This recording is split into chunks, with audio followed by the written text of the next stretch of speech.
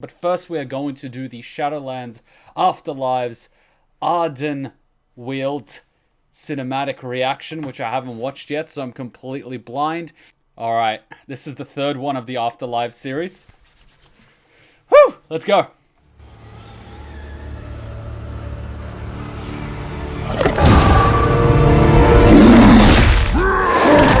The wilds tremble before my fury!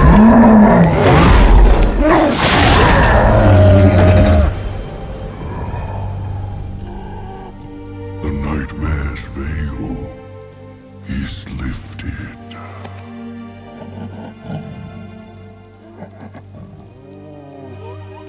I return at last to the long slumber. That was the Emerald To Nightmare. the great forest beyond. Until I may serve the wilds again.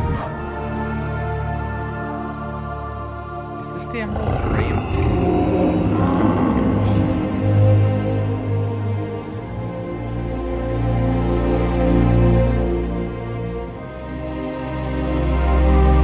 Aw, I look so happy.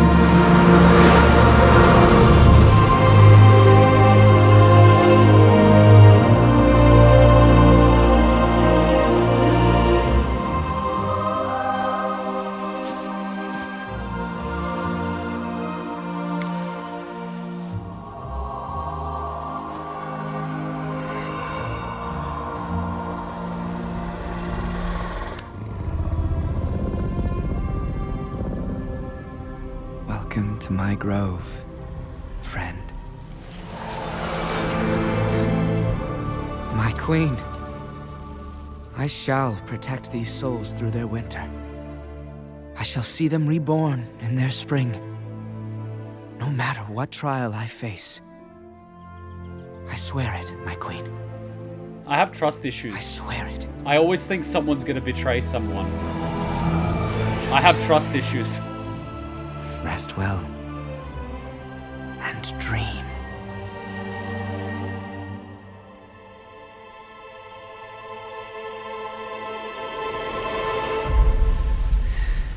Season after season of this drought.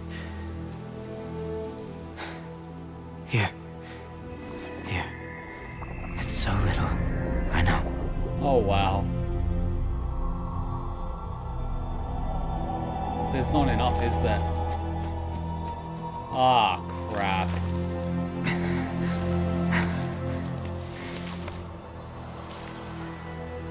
Ah, crap. And that's all the souls. It must be done. Reclaim everything from this grove. Everything.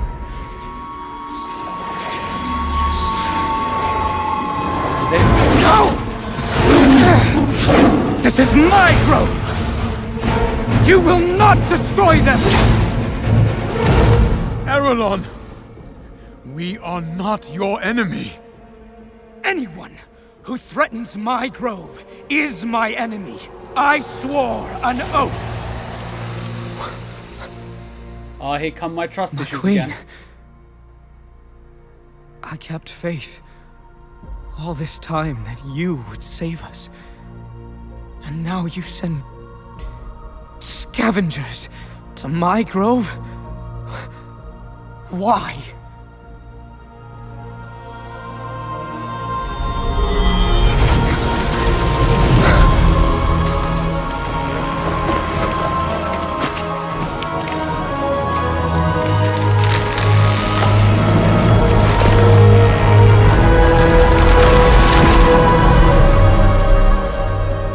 You saw what is to come.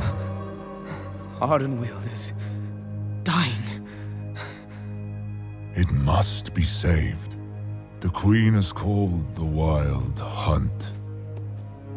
We have culled your grove, so that others might live. Will you sacrifice one soul for the forest entire? Or will you keep your oath?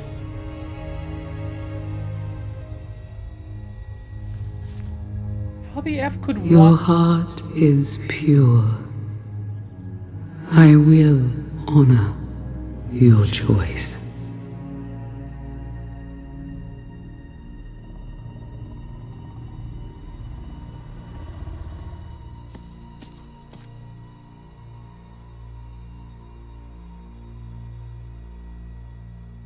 One last time, you serve the wilds. You will not be forgotten. Forgive me, friend.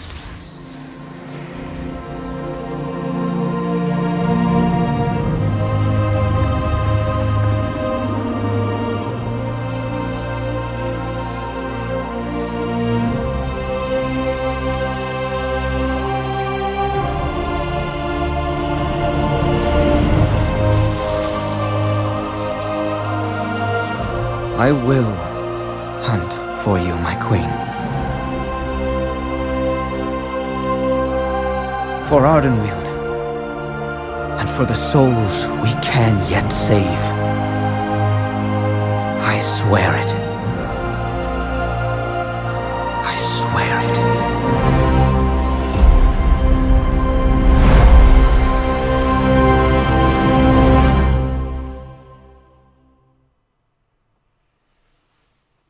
Well, it's no doubt that Blizzard can still make a fucking amazing cinematic, but why would one soul make such a big difference? I get that it's the logistics of it, that yeah, one soul probably doesn't make all the difference, but it's the case of making one exception. If you make an exception there, you're going to make an exception elsewhere. But fuck, man. That's just painful to watch.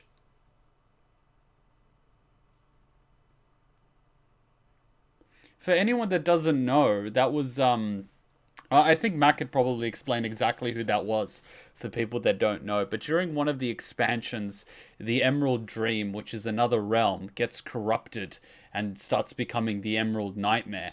And unfortunately, that was one of the creatures that got corrupted. And we had to slay it as part of the campaign to purify the Emerald Dream. I think Matt could explain this one a lot better than I can. Matt, you wanna start explaining for everyone? Yes, I will. So this is also tied into Wrath, which we will go into. There's a tie into Wrath. That was Ursoc. When you're a druid, there are 4 specs: Restoration, Boomkin, Felled, and Guardian. Each represent a physical formation. There are many different forms, but these are the form player can choose of. That is Ursoc. The best to explain it, he called it the Wild Gods. The Wild Gods are split into 3 different grouping. They are the lowers. We've heard about them. We've talked about them before, right? Kuma?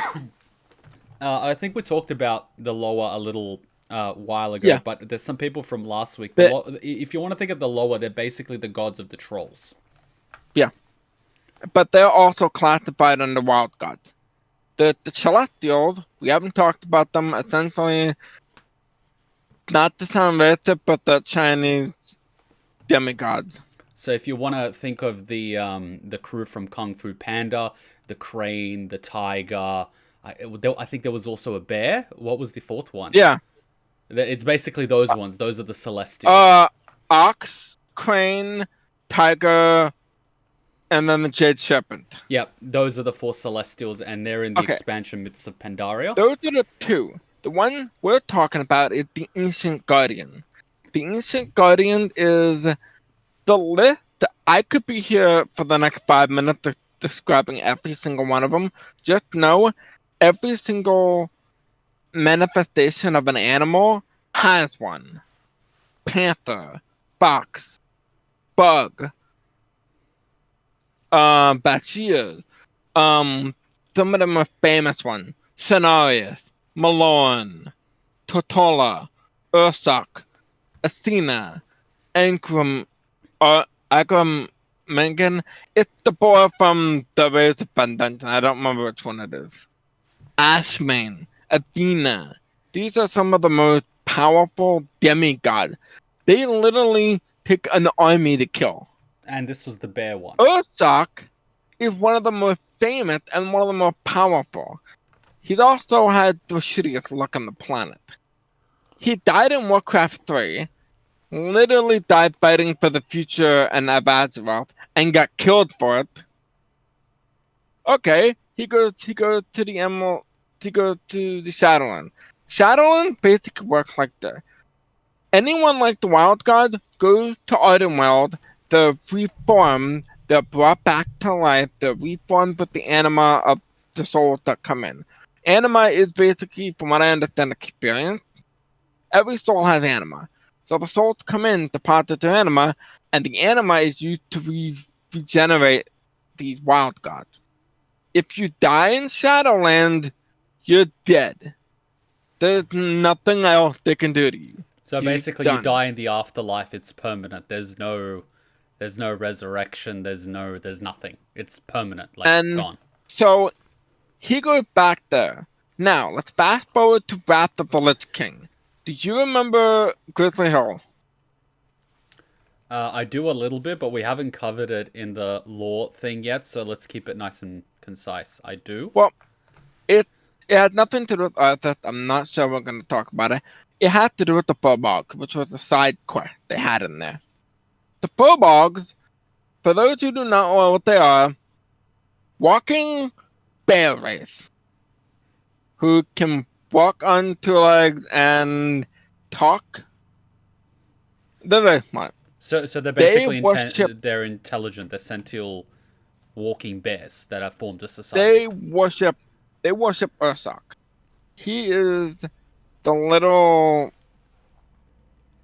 god for them. They tried to bring him back, but they brought him back in a corrupted world tree. With corrupted Ursak, then we had to kill him. Then he goes back to the afterlife. He comes back in Legion to fight the Burning Legion and save our world. Get corrupted again. Get killed again. And then if you cannot make his life even more miserable, he straight up gets killed while it's regenerating. The reason there are no souls, Savannah.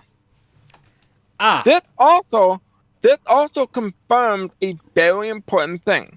Do you remember when we talked about when Shadowlands released, we talked about the Machine of Death? We didn't know when it broke. Mm-hmm. We now know it's between the Emerald Dream, Emerald Nightmare Raid, and Tor. Sometime in between that timeline, Savannah broke the Machine of Death. Souls were still going there in the way they're supposed to. But sometime after Ursak arrived, the Machine of Death broke. So basically, all the souls that were supposed to be going to one of the four covenants basically didn't. All got funneled into the Maw, which once again is Warcraft equivalent of Hell. That's why this is so massive. It gives us so much. And then that just puts a giant big question mark on what was the conversation Sylvanas had with Helia. Like, she's like, here's a lantern that you could use to bind the gods of Odin that can resurrect people. Here you go. Okay, what's the catch? I don't actually think that has to do with breaking the machine. I think the Machine of Death is either a planet getting stabbed. It's somewhere. It's either going to be how you're dying. Remember, sometime after Stormheim, Savannah goes missing for the rest of the expansion. We don't see her one at all. Yeah, so you've got the ship, which is the equivalent of the ferryman in Greek Odyssey that ferries the souls from one place to another. We raid his ship, basically take him out. Then we go to the Helia raid, take her out. You know, like, significant deities are getting taken out here. You know? The water's been splashed. Here's the thing about this. For those who do not know why this is so big. There are, like, I've seen many people react to this. I've never seen them, a pre-patch cinematic, get people crying. That's how beloved Ursak was. He was so beloved, it literally upset people, especially if you play a druid. If you play a druid, he is one of your gods. To be fair, You owe everything to him. To be fair, I'm not a druid. I sort of know him on a very surface level. I've watched a few videos going into WoW lore. I'm not the world's biggest druid fan. I know who he is, but I didn't know his full arc. But just watching that, even without the full context, it was sad. It was sad. Yeah. You could feel the atmosphere and the desperation. The closest that I could describe it to would effectively be, and this came to mind while I was watching Mass Effect 1. Sorry, cover your ears now because I'm going to give a spoiler. But when you go to one of the planets, you've got the entire race of scientists that were putting cryogenic sleep to conserve energy on their station. And what ended up happening was after a certain amount of time, there wasn't enough power. So they turned off the power for all the low-level, low-ranked scientists and maintenance crew to preserve the life support machines for the more senior members. And eventually they just kept turning off more and more life support systems, you know, to prioritize the survival of the core crew that you need to repopulate and restart everything. And eventually they had to turn everything off because it just ran out. That's the vibe I had. Eventually, like, handful escaped, and I'm not going to begin there, but I understand what you're saying. But that's basically the vibes that I got when there were... As soon as I saw everything withering, and I saw everything in drought, I was like, this is the afterlife. That ain't water. And I want to point out two things. And this is the scary part to me. There are two very, very... very important people that I guarantee you were killed in Legion and went to Ardenweald, and I'm now afraid for them. Who are they? Just name drop. Ysera and Cenarius. Oh, dude, oh my god! If you guys don't know, Ysera was one of the 4 dragon aspects who ended up dying in that and that wasn't a fun mission. That was the sad... Fuck. That was one of the saddest cinematics to watch. Watching her die. She was actually my favorite dragon aspect. Because she would just sleep all day and be high as fuck. Like, she was the coolest dragon aspect in my opinion. So, we have that. We know that they're there. Are they alive? Did they consume them too? We don't know what... Now, some people said she's evil.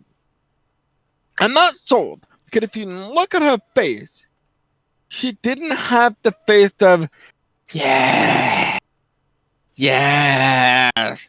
She had tears in her eyes. She expressed sorrow. I did notice something. I'll look at it first. So she sends 3 guys.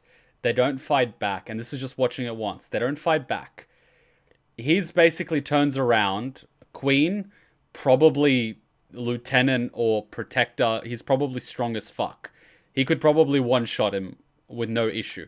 He's not attacking. She's got an army behind her. They're not attacking.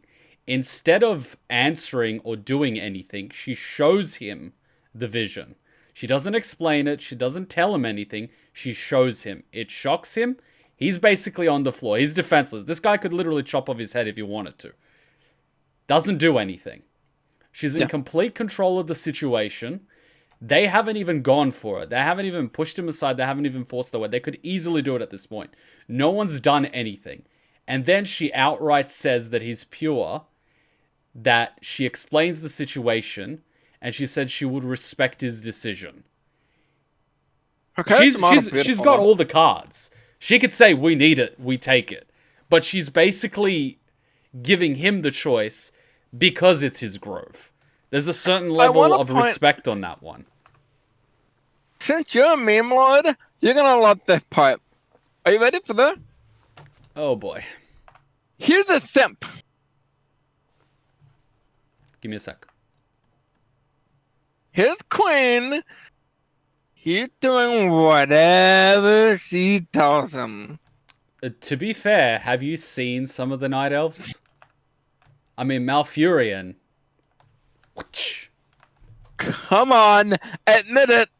Admit it, you agree with me on this one. I'm not saying you're wrong. It doesn't surprise me. Have you noticed how, for the Night Elves, the females are basically running the place?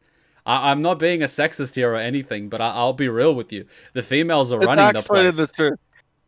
The females are running the place. The High Priestess's temple, surrounded by female priestesses, and the guys are just basically infantry, whereas the females are the high-ranking huntresses, archers, priestesses, Ysera, like, you know, they're fucking running the place. Don't know. Huh? He's right. I play Alliance more than he does. For most of the time, Tyrande the female, ran the Night Elves. Her husband, the entire time, slept in a cave. He's the biggest simp there is. And here's the thing. Both brothers, Illidan and Malfurion, had a thing for her.